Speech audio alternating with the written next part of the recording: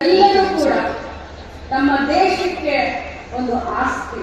ನೀವೆಲ್ಲರೂ ಕೂಡ ನಮ್ಮ ಸರ್ಕಾರಕ್ಕೆ, ಯಾಕಂದ್ರೆ ಸರ್ಕಾರಕ್ಕೆ ಸಮಾನಾಂತರವಾಗಿ ಸಮಾಜಮುಖಿಯಾದಂತಹ ಕಾರ್ಯವನ್ನ ಮಾಡ್ತಾ ಇದ್ದೀರಲ್ಲ, ನಿಮ್ಮ ಕಾರ್ಯಕ್ಕೆ ಯಾವತ್ತೂ ಕೂಡ ಬೆಲೆ ಕಟ್ಟಲಿಕ್ಕೆ ಸಾಧ್ಯವಿಲ್ಲ. ಯಾಕಂತಂದ್ರೆ ನಿಸ್ವಾರ್ಥತೆಯಿಂದ ಸಮಾಜಮುಖಿಯಾದಂತಹ ಕೆಲಸಗಳನ್ನ ಮಾಡುವಂತ ಇಂಥ ಗುರುಗಳು ಇರೋದ್ರಿಂದಲೇ ಇವತ್ತು ನಮ್ಮ ಭಾರತ ದೇಶ ಸಮೃದ್ಧಿಯಿಂದ ಸಾಗ್ತಾ ಇದೆ, ವಿಶ್ವದಲ್ಲಿ ಪ್ರಖ್ಯಾತಿಯನ್ನ ಹೊಂದ್ತಾ ಇದೆ.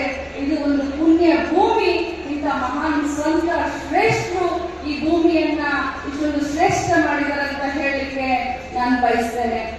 ಬಂಧುಗಳೇ, ಧರ್ಮದ ಬಗ್ಗೆ ಮಾತನಾಡಬೇಕು ಅಂತಂದ್ರೆ, ನಾನು ಇಲ್ಲಿ ಬಂದಾಗ ನಮ್ಮ ಮೌಲಾನಾಜಿಯವರು ಮಾತನಾಡ್ತಾ ಇದ್ರು. ಇಬ್ರಾಹಿಂ ಸಾಹೇಬ್ ಕೂಡ ಇದ್ದಾರೆ ಕಾರ್ಯಕ್ರಮದಲ್ಲಿ. ಮೌಲಾನಾಜಿ ಮಾತಾಡ್ತಾ ಇದ್ರು. ನಾನು ಆಶ್ಚರ್ಯ, ನಾನು ಪುರುಕಿತನಾಗಿ ಅವ್ರ ಭಾಷಣ ಕೇಳ್ತಾ ಇದ್ದೆ. ಏನು ಅವರ ಬಾಯಲ್ಲಿ ಒಂದೊಂದು ಮಾತುಗಳು ಉದುರ್ತಾ ಇತ್ತು ಅಂತಂದ್ರೆ ನಾನು ಆಶ್ಚರ್ಯ, ಏನು ಇವ್ರು ಮಾತನಾಡ್ತಾ ಇದ್ದಾರೆ ಅಂತ. ಹೌದು, ಮೌಲಾನಾಜಿನೇ ಸಂದೇಶವನ್ನ ಕೊಡ್ತಾ ಇದ್ರು. ಮಾನವೀಯ ಮೌಲ್ಯಗಳ ಬಗ್ಗೆ ಮಾತನಾಡ್ತಾ ಇರೋದನ್ನ ನೋಡಿದ್ರೆ ನನಗೆ ತುಂಬಾ ಸಂತೋಷ ಆಯ್ತು. ಅವರು ಮುಗಿಸಿದ ತಕ್ಷಣ ಫಾದರ್ ಡಿಸೂಜ ಅವರು ಮಾತನಾಡ್ತಾ ಇದ್ರೆ ಅವರು ಕೂಡ ಶಾಂತಿಯ ಸಂದೇಶವನ್ನ ಸಾರ್ತಾ ಇದ್ರು. ಬಂಧುಗಳೇ, ನಾವೆಲ್ಲ ಬಸವಣ್ಣನ ಅನುಯಾಯಿಗಳು, ಬಸವಣ್ಣನ ಮಕ್ಕಳು. ಬಸವಣ್ಣಜಿ ಏನ್ ಹೇಳಿದ್ರು? ಶಾಂತಿಯ ಸಂದೇಶ ಹೇಳಿದ್ರು. ಜಾತಿ ಜಾತಿ ಜಾತಿ ಅಂತ ನೀವು ಬಡದಾಡಕ್ ಹೋಗ್ಬೇಡಿ, ಇವನಾರವ ಅನ್ನಬೇಡಿ, ಇವ ನಮ್ಮವ, ಇವ ನಮ್ಮ ಮನೆ ಮಗ ಅನ್ನಿ ಅಂತ ಹೇಳಿ ಬಸವಣ್ಣ ಅವ್ರು ಹೇಳಿದ್ರು. ಮಹಾವೀರ ಭಗವಾನ್ ಜಿ ಅವ್ರು ಏನ್ ಹೇಳಿದ್ರು?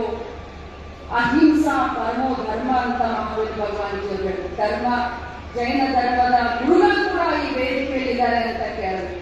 ಪೈಗಂಬರ್ ಅವ್ರು ಏನ್ ಹೇಳಿದ್ರು? ಪೈಗಂಬರ್ ಅವರು ಕೂಡ ಶಾಂತಿಯನ್ನ ಸಾರುವಂತ ಸಂದೇಶವನ್ನ ಕೊಟ್ಟರು. ಇಲ್ಲಿ ಯೇಸು ಕ್ರಿಸ್ತ ಏನ್ ಹೇಳಿದ್ರು? ಶಾಂತಿಯ ದೂತ ಅಂತ ಹೇಳಿದ್ರು. ಯೇಸು ಕ್ರಿಸ್ತ ಈ ಒಂದು ಜಗತ್ತಿಗೆ ಒಳ್ಳೆಯದಾಗಲಿ ಅಂತ ಹೇಳಿ ತಾನು ಸಿಲುಬೆಗೆ ಏರಿದ್ರು ಕೂಡ ತನ್ನನ್ನ ಸಿಲುಬೆಗೆ ಏರಿಸಿದಂತವ್ರನ್ನ ದೇವರೇ ನೀನು ಅವ್ರನ್ನ ಕ್ಷಮಿಸಿ ಬಿಡು ಅಂತ ಹೇಳುವಂತ ಒಂದು ಸಂದೇಶವನ್ನ ಯೇಸು ಕ್ರಿಸ್ತ ಕೊಟ್ಟ. ಇದೇ ಸಂದೇಶವನ್ನ ಮಹಾತ್ಮ ಗಾಂಧೀಜಿ, ಇದೇ ಸಂದೇಶವನ್ನ ಅಂಬೇಡ್ಕರ್ ಅವರು, ಎಲ್ಲ ಮಹಾನ್ ಪುರುಷರು, ನಮ್ಮ ಶಿವಮೂರ್ತಿ ಶಿವಾಚಾರ್ಯ ಮಹಾಸ್ವಾಮೀಜಿಗಳಿರ್ಬೋದು, ವಿದೇಶಾನಂದ ಸರಸ್ವತಿ ಮಹಾಸ್ವಾಮೀಜಿಗಳಿರ್ಬೋದು, ನಮ್ಮ ನಾಡಿನ ಎಲ್ಲ ಮಠಾಧೀಶರಿರ್ಬೋದು, ಬೇರೆ ಬೇರೆ ಜಾತಿಯ ಗುರುಗಳಿರಬಹುದು, ಧರ್ಮದ ಗುರುಗಳಿರಬಹುದು, ಇವೆಲ್ಲ ಸಾರುವುದು ಒಂದೇ, ದೇವರೊಬ್ಬ ನಾಮಹಳ್ಳಿ. ಬಂಧುಗಳೇ, ಇಷ್ಟೊಂದು ಸುಂದರವಾದಂತ ಅರ್ಥಪೂರ್ಣವಾದಂತ ಒಂದು ಕಾರ್ಯಕ್ರಮದಲ್ಲಿ ನಾವು ಇವತ್ತು ನೀವೆಲ್ಲರೂ ಕೂತ್ಕೊಂಡಿದ್ದೀವಿ. ನಾವು ಏನನ್ನ ಚಿಂತನೆ ಮಾಡ್ತಾ ಇದ್ದೇವೆ? ದಯವಿಲ್ಲದ ಧರ್ಮ ಯಾವುದಯ್ಯ? ದಯವೇ ಧರ್ಮದ ಮೂಲವಯ್ಯ. ಆಚಾರವೇ ಸ್ವರ್ಗ, ಅನಾಚಾರವೇ ನರ್ಕ. ಅಯ್ಯ ಅನ್ನೋದು ಇದೇ ನಾಲಿಗೆ, ಎಲೆಯನ್ನ ಕರೆಯೋದು ಇದೇ ನಾಲಿಗೆ. ಆ ಭಗವಂತ 84 ಲಕ್ಷ ಜೀವರಾಶಿಗಳ ನಂತರ ಒಂದು ಶ್ರೇಷ್ಠವಾದಂತ ಜೀವನ, ಒಂದು ಮಾನವ ಜಾತಿಯನ್ನು ಕೊಟ್ಟಿದ್ದಾನೆ. ನಾವೆಲ್ಲರೂ ಮನುಷ್ಯರಾಗಿ ಹುಟ್ಟಿದ್ದೇವೆ, ಆದ್ರೆ ಮಾನವ ಧರ್ಮವನ್ನ ನಾವೆಲ್ಲರೂ ಇವತ್ತು ಮರಿತಾ ಇದ್ದೇವೆ. ಬಂಧುಗಳೇ, ನಾನು ಇಷ್ಟೇ ಹೇಳಲಿಕ್ಕೆ ಬಯಸ್ತೇನೆ, ನಾವೆಲ್ಲರೂ ಕೂಡ ಒಳ್ಳೆಯದನ್ನ ಮಾಡಬೇಕು, ಒಳ್ಳೆಯದನ್ನ ನೋಡಬೇಕು, ಒಳ್ಳೆಯದನ್ನ ಜಗತ್ತಿನಲ್ಲಿ ಬಿಟ್ಟು ಹೋಗಬೇಕು. ನಾನು ಇಷ್ಟು ಹೇಳಿ, ಬೇವಿನ ಬೀಜವನ್ನ ಬಿತ್ತಿ, ಬೆಲ್ಲದ ಕಟ್ಟೆಯನ್ನ ಕಟ್ಟಿ, ಹಾಲು ಜೇನು ತುಪ್ಪದ ಹೊಳೆಯನ್ನ ಹರಿಸಿ ಸಿಹಿಯನ್ನ ಬಯಸಿದ್ರೆ ನಮಗೆ ಸಿಹಿ ಸಿಗಲಿಕ್ಕೆ ಸಾಧ್ಯನಾ? ಬಂಧುಗಳೇ, ಇವತ್ತಿನ ಈ ಒಂದು ಆಧುನಿಕ ಜೀವನದಲ್ಲಿ, ಆಧುನಿಕ ಬದುಕಿನಲ್ಲಿ ನಮ್ಮತನವನ್ನು ನಾವೆಲ್ಲೋ ಮರಿತಾ ಇದ್ದೇವೆ. ನಾವು ಭಾರತೀಯರು, ನಾವು ಭಾವನಾತ್ಮಕ ಜೀವಿಗಳು. ನಾವು ಕಲ್ಲನ್ನ ಪೂಜೆ ಮಾಡ್ತೀವಿ, ನಾವು ಮಣ್ಣನ್ನ ಪೂಜೆ ಮಾಡ್ತೀವಿ, ನಾವು ಅಗ್ನಿಯನ್ನ ಪೂಜೆ ಮಾಡ್ತೀವಿ, ನಾವು ವಾಯುವನ್ನ ಪೂಜೆ ಮಾಡ್ತೀವಿ, ಒಂದು ಗಿಡವನ್ನ ಪೂಜೆ ಮಾಡ್ತೀವಿ, ಒಂದು ನೀರನ್ನ ಪೂಜೆ ಮಾಡ್ತೀವಿ.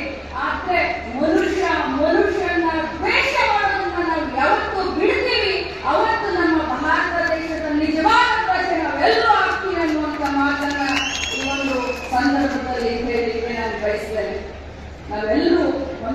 ಸಂತೋಷವಾಗಿ ಬಾಳೋಣ. ಯಾಕಂತಂದ್ರೆ ನಾನು ಹೇಳಿದ ಹಾಗೆ 84 ರಾಶಿ ಜೀವಿಗಳು ಹುಟ್ಟಿದ ಮೇಲೆ, ಶ್ರೇಷ್ಠವಾದಂತಹ ಈ ಒಂದು ಮನುಷ್ಯ ಹುಟ್ಟಿದ ಮೇಲೆ ಆ ಇರುವಷ್ಟು ಸ್ವಾಭಿಮಾನ ಇವತ್ತಿನ ದಿನಮಾನದಲ್ಲಿ ಮನುಷ್ಯರಿಗಿಲ್ಲ.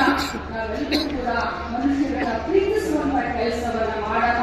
ಇಂಥ ಮಠಾಧೀಶರು ಇನ್ನು ನಮಗೆ ಮಾರ್ಗದರ್ಶನ ಮಾಡ್ತಾ ಇದ್ದಾರೆ ನೋಡಿ. ಅವ್ರಿಗೆ ಏನಾಗಬೇಕಾಗಿದೆ, ಅವರು ಯಾವುದಕ್ಕೋಸ್ಕರ ಚಿಂತನೆ ಮಾಡ್ತಾ ಇದ್ದಾರೆ? ಅವರು ಸಮಾಜಕ್ಕೆ ಚಿಂತನೆ ಮಾಡ್ತಾ ಇದ್ದಾರೆ.